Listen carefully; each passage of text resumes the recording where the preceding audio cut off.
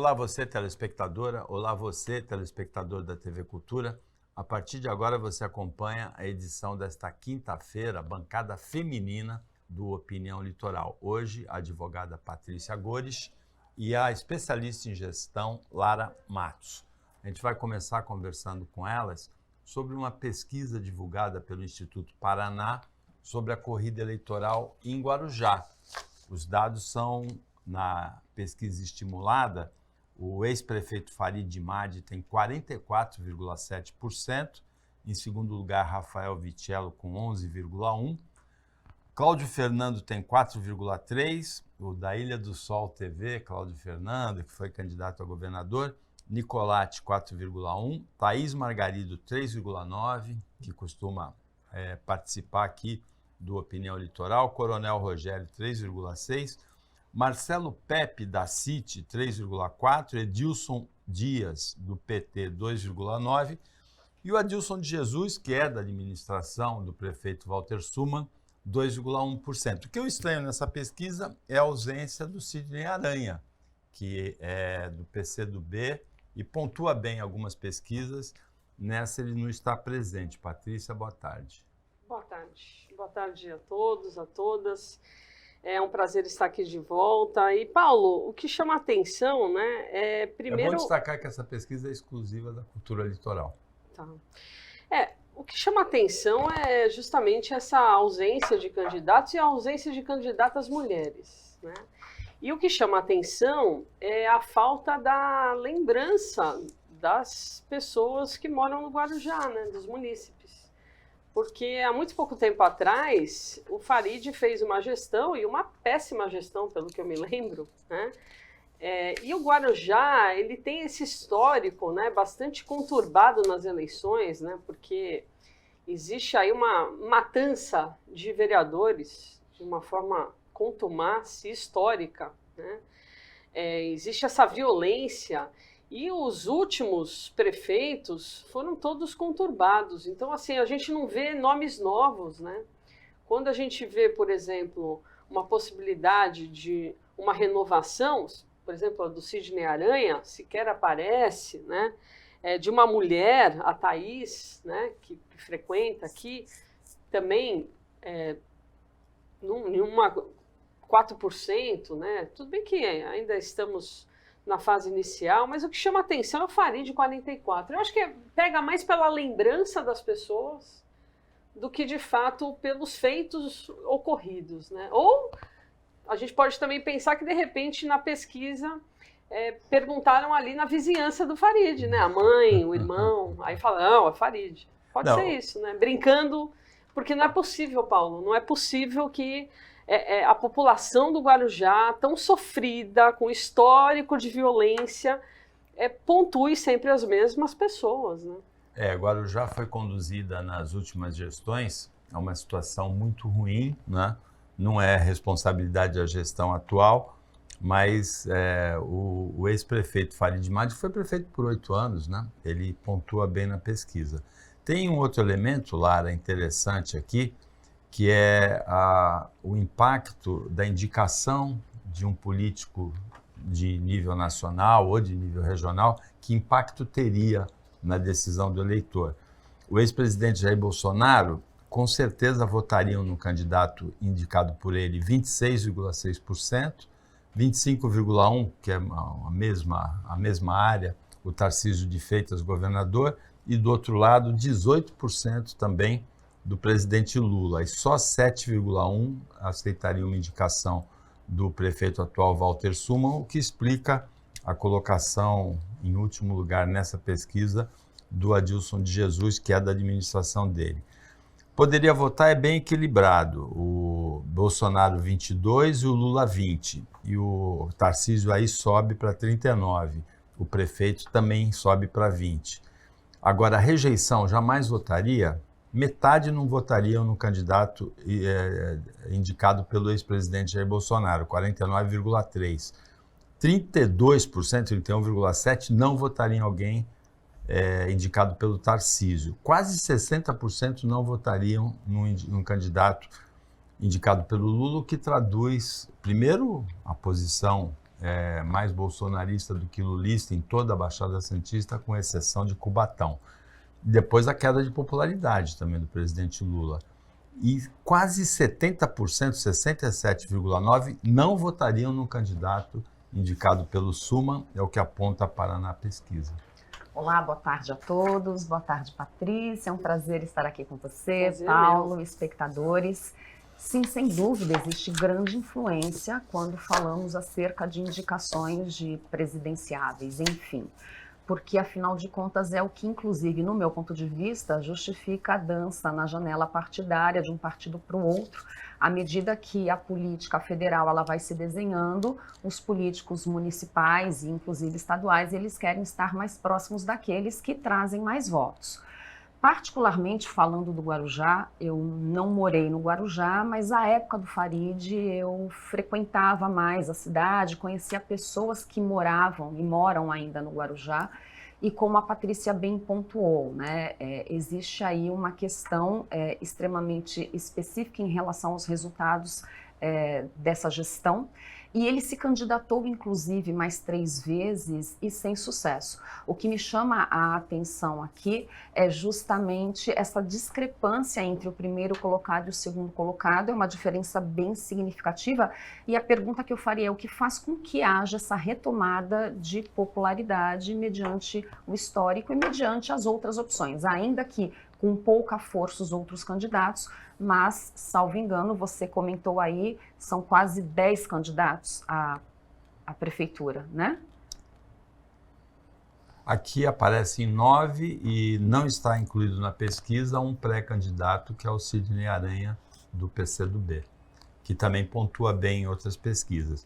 O que a gente pode considerar aí é que o Farid tem um recall, um conhecimento, o eleitor conhece mais o Farid do que conhece outros candidatos. Ficou mais para trás, né, no passado, a gestão dele. E outra coisa é que é muito cedo também ainda, né? Nós estamos em abril e o pessoal, o eleitor, ainda não começou a se preocupar com a eleição de outubro. Tem um terceiro fator importante, que é o impacto da indicação de ex-presidente, como Bolsonaro, do presidente Lula, do governador, que isso aí também, numa eleição municipal, os assuntos são diferentes e se perdem. Pode ser até que numa eleição de São Paulo, do Rio de Janeiro, essa polarização entre PT e bolsonarismo, entre petismo e bolsonarismo, se traduza em votos. Mas no resto do país eu não acredito muito nisso, não. Tem uma pauta local, Lara, que é a da Prefeitura de Praia Grande. A Prefeitura de Praia Grande fez uma proposta para o funcionalismo de reajuste pela inflação do ano passado, 4,6%.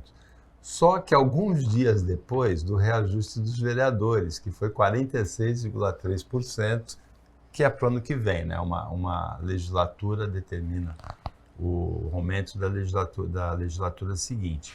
A discrepância dos números deve ter provocado muita revolta. Os funcionários de Praia Grande entraram em greve hoje e ontem eles fizeram uma manifestação. Eles podem ter toda a razão no que eles estão reivindicando, mas atrapalhar a vida das pessoas, bloquearam em alguns momentos a Avenida Ayrton Senna num dos sentidos, em outros momentos nos dois sentidos. E aí quem vai para a aula não chega na aula. É a principal ligação de Praia Grande com o Litoral Sul, principalmente com São Vicente Santos, né? Mas também para quem vai no sentido oposto, passa por ali, né? Então quem vai numa consulta médica perde a consulta, quem vai trabalhar perde o horário. Não torna nada mais simpático, a gente tem imagens aí, esse movimento dos funcionários da Prefeitura de Praia Grande obstruindo a Avenida Ayrton Senna. Então, Paulo, para fazer uma análise menos emocional, digamos, porque a causa que, de fato, eles defendem, ela é justa, mas eu penso que a gente precisa separar causa e efeito. Eu fui justamente buscar alguns números. Então, eles solicitam um reajuste salarial de 12,9, eles receberam 4. e inclusive 36 no cartão alimentação, eles receberam 13. É justamente o que você diz. O que revolta? Essa discrepância entre a falta de padrão nos reajustes de servidores públicos. Então você trouxe um exemplo dos vereadores e eu trago um exemplo dos servidores públicos federais que recebem aí em torno de 20% de aumento. Agora, em relação à causa, concordo, precisa de fato ter uma representatividade. O que me espanta são os efeitos. Eu acho que eles perdem razão perante a população quando existe uma intervenção das vias onde essas pessoas circulam. Então, que a causa de fato seja justa, mas para pleitear os seus direitos, eu penso que a população não pode pagar o preço dessa manifestação. Então, estar numa via de acesso à entrada e saída de Praia Grande causa um transtorno muito grande. Então, são ambulâncias, são viaturas policiais, são os ônibus, são as pessoas que precisam ir para o trabalho, voltar do trabalho, ir para a escola. Então, nesse ponto, eu acho que perde força a manifestação. Paulo, primeiro dizer que é uma delícia ouvir a voz dela agora pessoalmente, né? Porque eu só sou ouvinte, né? Segundo, acho que ela já falou absolutamente Jovem Pan, né? Na Jovem Pan de manhã, né? Que tem o mesmo nome da personagem Lara, do Dr. Zhivago. Isso, meu nome, inclusive. Olha só. Tem uma, você vê, eu sou fã o do Dr. filme. Zhivago é um filme da década de 60 do século passado que tem uma música linda, que é o tema de Lara, né? Isso. Uma música muito bonita. Eu sou fã do filme quando eu a ouvi pela Omar primeira Sharif, vez. não é? É, exatamente. É Julie Andrews? Não foi Julie Andrews. Não lembro quem é a atriz. Não, também não. Mas acho que ela já falou absolutamente tudo, né? Não é simpático, apesar da gente ser solidária, né? Eu acho que é um absurdo, é vergonhoso no Brasil que temos os políticos recebendo altos salários para fazer muito pouco ou quase nada, né? E os funcionários mesmo que carregam o piano da administração pública terem um aumento pífio, né? Mas eu vou naquela linha que a gente sempre fala, né, Paulo? Quando os bancários faziam as greves e os bancos fechavam e a gente ficava semanas, às vezes, sem conseguir usar o banco, isso era muito complicado para a população, né? Até o dia que os bancos resolveram colocar as maquininhas. E hoje a gente tem, né, uma categoria enfraquecida, né? Porque eu lembro muito bem, anos 90, greve dos bancários era assim um terror. Meu Deus, vai ter greve. O planeta vai parar, né? E hoje não se para mais. Então, da mesma forma, que eles façam a greve que é justa, que é digna, que está prevista na Constituição, mas de uma forma a não atrapalhar as pessoas, né, Paulo? Eu lembro de ter lido, na época daquelas manifestações de 2013, um pouco depois, alguns meses depois, eu li uma entrevista do Frei Beto, que é petista, amigo do Lula, amigo da Dilma. Ele pontuava algumas coisas que eu achei extremamente pertinentes. A primeira é que a inclusão que o Lula e a Dilma promoveram nas classes mais desfavorecidas tinha sido pelo consumo e não pela cidadania. Então a pessoa passou a ter o smartphone, o tablet, a motocicleta, a TV de tela plana, mas não continua sem escola, sem saneamento, né? Sem transporte público adequado. Consumo e não cidadania, né? Endividado. E a segunda crítica era justamente essa. Ele dizia assim, a esquerda, e ele é de esquerda, precisa aprender com a direita a fazer manifestação que não inferniza a vida dos outros. Em dia não faz útil. No domingo, faz numa rua, num local que não seja vital para o deslocamento das pessoas, né? Eu nunca esqueci isso, uma pontuação muito bem feita pelo Frei Beto e que parece que muita gente ainda não entendeu, inclusive os funcionários públicos de Praia Grande. Né? E todos os outros, né? Que as outras categorias. Infernizam a vida dos outros, né? E aí não fica simpático, né, Paulo? O Opinião Litoral volta depois do intervalo, bem rapidinho.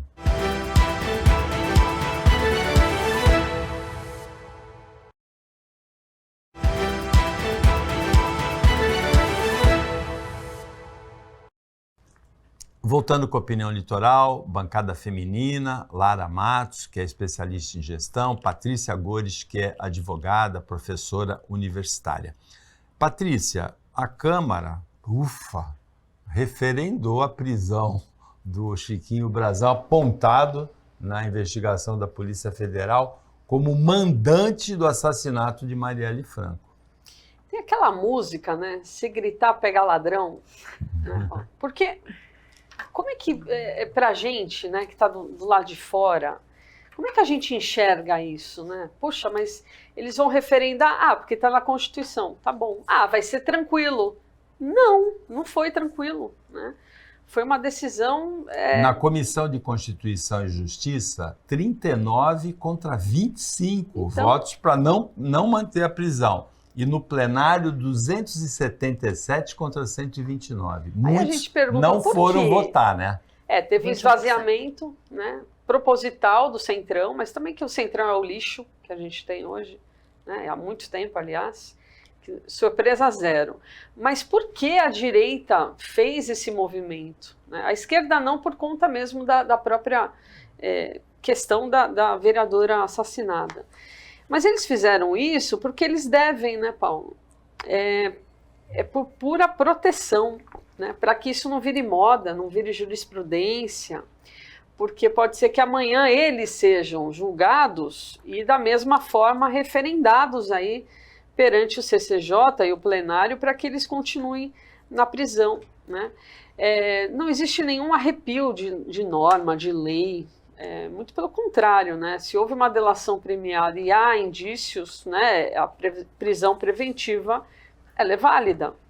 Então, o que surpreende é ter um movimento contrário a isso, com argumentos pífios, mas é justamente para não formar essa ideia de que, puxa, amanhã posso ser eu, né? Então, se gritar pegar ladrão, não fica um. A gente chegou a ter deputado frequentando a Câmara com tornozeleira eletrônica, né? Com contrassenso, né? Assim, a gente tenta mudar, mas não muda, né? E quem entra acaba sendo sugado para esse esgoto, grande esgoto que é Brasília, Paulo. Mas eu ainda... Eu tenho a esperança, né, de que o Brasil seja de fato o país do futuro. Lara? No plenário foram 25 contra e aqueles que não apareceram 21%, desculpa, 25% contra e os que não apareceram 21%. É esse número que me chama a atenção. E eles são do Partido Progressista, União Brasil, PL Republicanos. Porque ainda teve a ameaça do presidente da Câmara, que ele provavelmente cumpriu, de que quem não votasse seria descontado no salário, né? Ele pressionou ainda. Mas eu acho que essa ameaça, ela é muito leve, né? O que eu pergunto é o que a Patrícia de fato trouxe. O que está em jogo? Nós estamos falando do quê? Nós estamos falando de um assassinato de 2 pessoas e de uma vereadora que estava ali batalhando pelo seu espaço diante da população que votou nela. Então, o que está em jogo? A acusação acerca desse assassinato ou esse esquema, digamos, né, esse ajuste partidário, como bem a Patrícia colocou, deixa eu amenizar agora porque amanhã eu posso estar nessa fila, né? Então é isso que é muito triste, né? Eu acho que a justiça foi feita porque, de fato, descobriram os mandantes, mas, infelizmente, não é como talvez nós gostaríamos que fosse, que a Marielle e o Anderson fossem, de fato, reverenciados com a prisão de quem está envolvido nesse esquema, sem que a gente tivesse esses números que, para mim, eles são bem perigosos. Patrícia, tem 3 notícias da área de segurança que elas não têm nenhuma relação uma com a outra, mas que a gente pode fazer uma reflexão em torno do conjunto delas.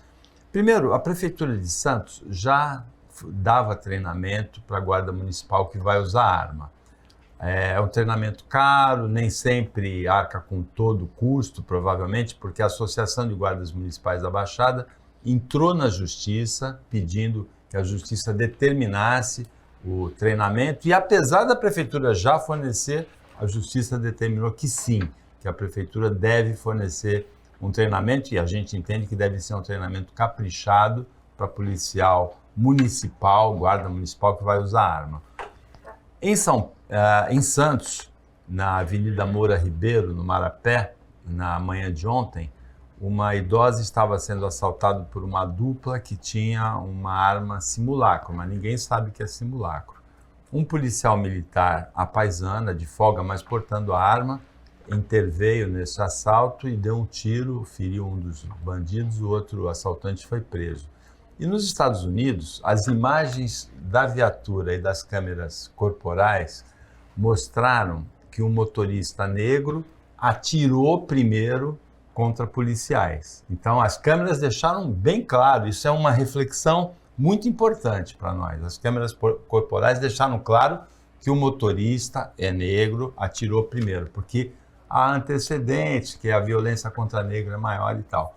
Os policiais reagiram com 98 tiros e mataram esse motorista que resistiu à abordagem e atirou nos policiais. Dá para fazer uma reflexão conjunta nessas três notícias? Eu vou fatiar, mas a primeira delas é que nem tudo é racismo, né? Então, eu acho que isso está bastante claro. As imagens estão aí para dizer. Mas houve um excesso, 98 tiros, Paulo? 98 tiros. Será que não... No houve, veículo. Né? Será que não há um exagero? Provavelmente, né? Até porque a arma que o cara estava portando provavelmente só tinha 5, 6 balas. Né? Então, 98 a gente vê que ali era uma execução. Então, isso precisa ser visto. Com relação ao PM de folga, que bom, né? É para isso que a gente tem a polícia, né? Para que mesmo o seu horário de folga ele cuide de nós, né? Porque de fato as pessoas que estão portando armas nas ruas, eles têm certeza que a gente não tem arma, né? Eles vêm na certeza. Então eles têm a segurança da impunidade deles, né? E que bom que esse PM fez isso e fez o que tinha que fazer, né? Prender bandido. Com relação à polícia, né? A guarda municipal, cada vez mais a gente tem essa tendência que a guarda municipal ela não se presta só mais a cuidar do patrimônio da municipalidade, mas sim da segurança. Que era a função original. Né? Mas hoje a gente tem aí um fatiamento, né, da polícia para as polícias municipais para cuidar de fato onde as pessoas moram. Eu gosto da tua frase, né? As pessoas moram nas cidades, né? A gente tem que pensar nas cidades. E nada mais justo, Paulo, do que, obviamente, essa guarnição ter armas, né? Porque, mais uma vez, a bandidagem está armada, né? Então, o que eles vão fazer? Levantar a bandeirinha branca e falar, vamos conversar? Né? Tem que ser com arma, tem que ser ostensivo, né? Então, agora, e com treinamento. Obviamente, treinamento pago pela prefeitura, óbvio, né? Então, mas o óbvio precisa ser dito. A Prefeitura de Santos está fazendo isso, a Justiça referendou e está tudo ok, né? Que seja esse treinamento correto para que não haja também, né, nenhum tipo de problema posterior. Atirar é uma habilidade, logo, toda habilidade precisa de treinamento. Um policial, ele tem o direito do uso da arma até como uma ferramenta de trabalho estrito para o dever legal. Então, eu penso sim que eles precisam constantemente de treinamento, porque como é uma habilidade muito precisa, a idade, a falta de treinamento ou o uso de algum medicamento pelo policial pode interferir nessa habilidade. E talvez até, Paulo, o PM de folga que protegeu essa senhora, ele acertou o bandido na lombar, né, numa região do corpo. Então, talvez até pela habilidade, ele acabou atirando e pegando, de fato, o bandido e não desvirtuando essa bala para um outro lugar. A gente sabe o quão é comum no Brasil morte por bala perdida. Então, sim, eu sou a favor de que a Guarda Municipal precise estar armada, a considerar que os bandidos estão cada vez mais preparados para esse tipo de abordagem e é o papel delas, proteger a população. A gente teve nesse mês aqui na Baixada Santista, no mês passado, a morte de uma mulher mãe de 6 filhos, vítima de um tiro, num tiroteio, né? Ela não tinha nada a ver com aquilo e foi uma vida que se perdeu. Acontece muito esse tipo de coisa. Então, quanto mais habilidade, como disse a Lara, quanto mais treinamento, melhor, mais a gente vai evitar esse tipo de tragédia. Opinião Litoral volta rapidinho, fica com a gente.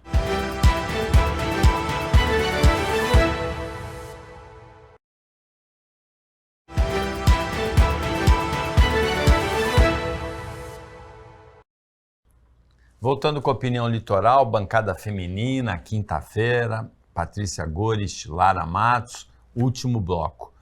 Lara, a gente teve uma tragédia em Saquarema, que foi a mutilação de uma escritora pelo ataque de um pitbull. E a justiça determinou a soltura dos donos do pitbull.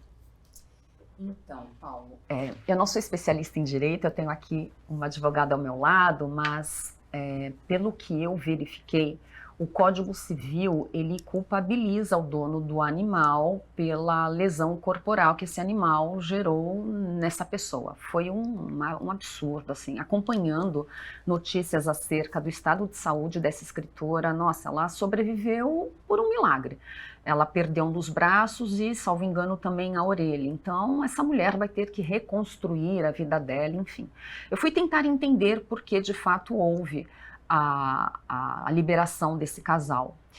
E o juiz concedeu habeas corpus, por quê? Porque eles retiraram já esses animais da casa dessa família, então logo entende-se que o risco não existe. Mas assim, quem é que vai pagar essa conta, né? Eu fico pensando nessa situação, nessa vítima, e não é a primeira vez que isso acontece, não foi a primeira vez. Relatos de vizinhos já mostram que esse animal, esse cachorro, chegou a cometer outros incidentes como esse, inclusive parece-me que ele já matou um outro animal. Então eu penso que alguém, sim, de fato, precisa responder por isso, porque afinal de contas ela é uma vítima de toda essa situação, de uma falta de controle, talvez de uma falta de treinamento, de uma falta de segurança. Agora, Patrícia, nesse campo da lei, no Rio de Janeiro existe uma lei específica de 2005 que determina que pitbulls, né, e outros cães com esse nível de ferocidade só possam circular de focinheira e nas praias nem com a focinheira. Então, primeiro que não tinha que estar na praia, primeiro erro, né? Segundo, os cães eram 3, estavam soltos, sem focinheira e sem a guia. Terceiro, os cães viviam numa situação de maus tratos. Então é importante dizer que a culpa não é dos cães, né? A culpa são dos tutores que estavam ali numa situação. Há pitbulls extremamente dóceis, né? Como que você vai criar um animal, né, com amor ou com maus tratos? Né? Eu sou mãe de 6 gatinhos, né? Chegou o 6º elemento, Paulo. Rock Balboa. Tem um filme, Os 7 Gatinhos, né? Não tem um filme, Os 7 Gatinhos? Eu chego até lá, até o final do... Tô brincando, né? Senão eu vou virar acumuladora. Mas o que eu digo é o seguinte, a gente dá amor para eles. O que se viu nessa família é uma família extremamente problemática. Primeiro que o pai estava com uma moto roubada, com numeração raspada. Ele foi preso por isso. Segundo os 2 tutores, restou-se ali que, de fato, o animal estava numa situação de... Os animais, né, estavam numa situação de maus tratos, sem alimentação, no meio de sujeira. E o animal, ele não entende isso, né? Ele vai pegando raiva. Então, não importa se é um pitbull ou se é um pincher, né? Ele vai, obviamente, reagir a isso. A mesma coisa, a gente tem gatos ferozes. Os meus gatos são extremamente dóceis. É o que a gente dá, é o que eles entregam, né? Então, a questão foi cumprida a lei? Não, não foi cumprida a lei, né? A lei é bastante clara com relação a isso. Tem que estar na guia e com focinheiro. Eles fizeram isso? Não. Tem histórico? Tem. Por que soltar? Porque eles já tiraram os animais do local. Não, mas e a responsabilização deles? Né? E o crime existiu. Quem é que vai pagar pelo braço, pela dor? Imagina, ela foi arrastada, essa senhora foi arrastada por 5 metros. Comeram o braço dela. O outro braço foi reimplantado, foram os 2 braços. Olha o que essa mulher sofreu, olha o que ela está sofrendo. Ela está se comunicando com os olhos, piscando, porque ela não está falando, ela está entubada. Então, assim, essas medidas precisam ser feitas. E no dia seguinte desse fato, estou eu no trânsito, parada, no Canal 4, um cara com pitbull solto. Tem lei em Santos também. Então, assim, cadê a fiscalização? Porque essas pessoas... E se vem uma criança correndo, o pitbull vai interpretar como? Depende. Depende desse pitbull. né? A gente teve um caso em Santos, no canal entre o 4 e o 5, que uma criança foi mordida. E só não morreu porque pularam em cima do cachorro. Então, assim, a gente precisa aprender com os erros e não relaxar a respeito disso. E os tutores, eles têm que perceber que tem lei, não é assim mais. Eles não podem fazer o que eles querem. E se eu chamo a atenção, o cara ainda brigou comigo. Cuida da tua vida. Eu tô cuidando da minha vida, da vida de todos. Então a gente tem que ser a chata da rodada, né, Paulo? E cansa ser chata. Cansa, porque a gente precisa ficar ensinando as pessoas a morarem em sociedade. Quer ficar com o teu pitbull solto? Vá para uma fazenda, só você e ele.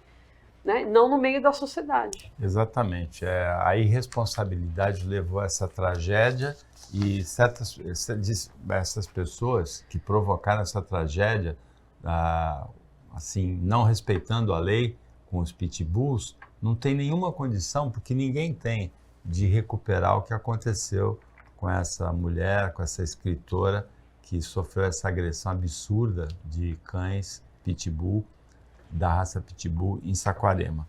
O ativista, o jornalista dos Estados Unidos, Michael Shellenberger, que acusou o ministro Alexandre de Moraes de ter interferido nas eleições de 2022 por conta de alguns bloqueios no Twitter, foi convidado para uma audiência pública da Comissão de Comunicação Digital da Câmara pelo senador Magno Malta e o jornalista brasileiro Davi Agape, que replicou, Patrícia, esses e-mails aí com essa denúncia, também foi convidado. A audiência é hoje. Paulo, a minha reflexão é o que o Elon Musk quer com isso? Excelente. O valor que ele pagou no Twitter, que aí ele mudou de nome para X, que é o novo brinquedinho dele, não corresponde a uma realidade de valores. Então, a primeira coisa que chama atenção no mundo de democracia que vivemos, só que não, o que é ter poder? É quando você tem uma ferramenta de informação. Então a gente está vivendo num mundo de pós-verdade, onde a gente não sabe o que é real, o que é fictício, o que é fake news, né? Então quando a gente vê um bilionário que tem dinheiro para comprar tudo, compra o Twitter, faz uma revolução dentro desse Twitter, ele desvaloriza na primeira semana, assim, quase 50%. Aí você vê, o cara está jogando dinheiro pela janela? Não, a gente não pode ser naive nesse sentido, né? A gente não pode ser bobo. O cara, ele tem uma plataforma de informação. E informação é poder no mundo de pós-verdade. Com quem que ele está aliado? Quem são os amiguinhos dele? É só a gente olhar, Paulo. Então, existe um planejamento, porque é planejado. Existe um planejamento de fornecimento de fake news. E se você, usuário do Twitter, não paga o verificado, você só tem acesso a algumas informações que a inteligência artificial concede a você. Então já não é uma plataforma democrática. Se você pagar o verificado, você tem acesso a praticamente todas as informações. Eu sou limitada, eu consigo ver algumas informações. E essas informações, elas são direcionadas para quê? Eu acho que a gente tem que ir na fonte. O que o jornalista vai fazer é o trabalho dele. Ok, olha, eu acho que o ministro, ok, pode até ser. Eu acho que também o ministro Alexandre de Moraes, ele cabeceia, ele chuta para o gol, né, ele coloca as regras, levanta o cartão vermelho e apita. O cara quer fazer tudo. Ele é centralizador? De fato.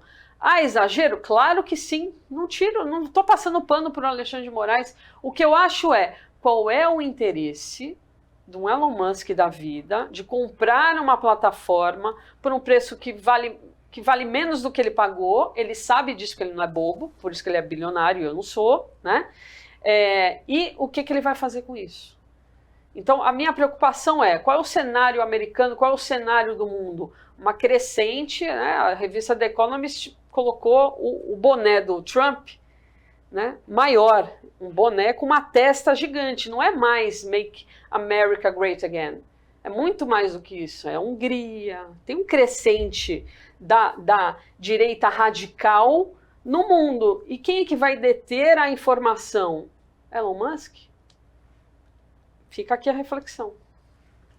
Excelente, Patrícia, sua análise. Para que a gente possa fazer uma análise mais precisa, vamos tirar a emoção de lado, porque virou um fla-flu essa história, mas só para lembrar, o que de fato foi feito? 11 contas foram bloqueadas a pedido do ministro. Ok.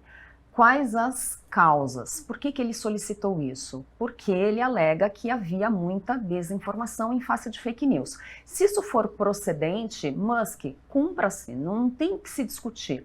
É a lei do nosso país. Agora, é a pergunta que a Patrícia fez. Qual é a real intenção?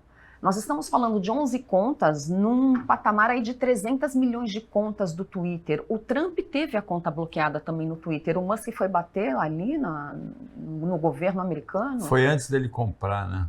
Então, inclusive, foi um dos motivos da compra dele, foi o Twitter ter bloqueado o Trump por informação falsa. Então, qual é a real intenção? É justamente isso que eu não estou entendendo, aonde de fato ele o Musk quis comprar quer chegar. A bola. E a ele não sabe jogar futebol. Pegar e falar, você não joga. Aí ele falou, então eu compro a bola. Então eu compro o campo, que eu tenho dinheiro. É isso. É um menino mimado que quis comprar a bola. A intenção do Musk, ao que tudo indica, é a de manipular a informação para influenciar em eleições, né? Se ele for impedido de fazer isso, ele vai espernear. É mais ou menos isso? É isso. E a retórica dele é E lastimável. a última notícia que a gente não vai conseguir comentar com detalhe, ela mostra o porquê disso. Um estudo mostrou que o brasileiro ficou, em média, 3 horas e meia no smartphone no ano passado. Patrícia, bem rapidamente, que a gente já estourou o tempo. Eu fico 4.6. Quem avisa é o meu celular toda semana.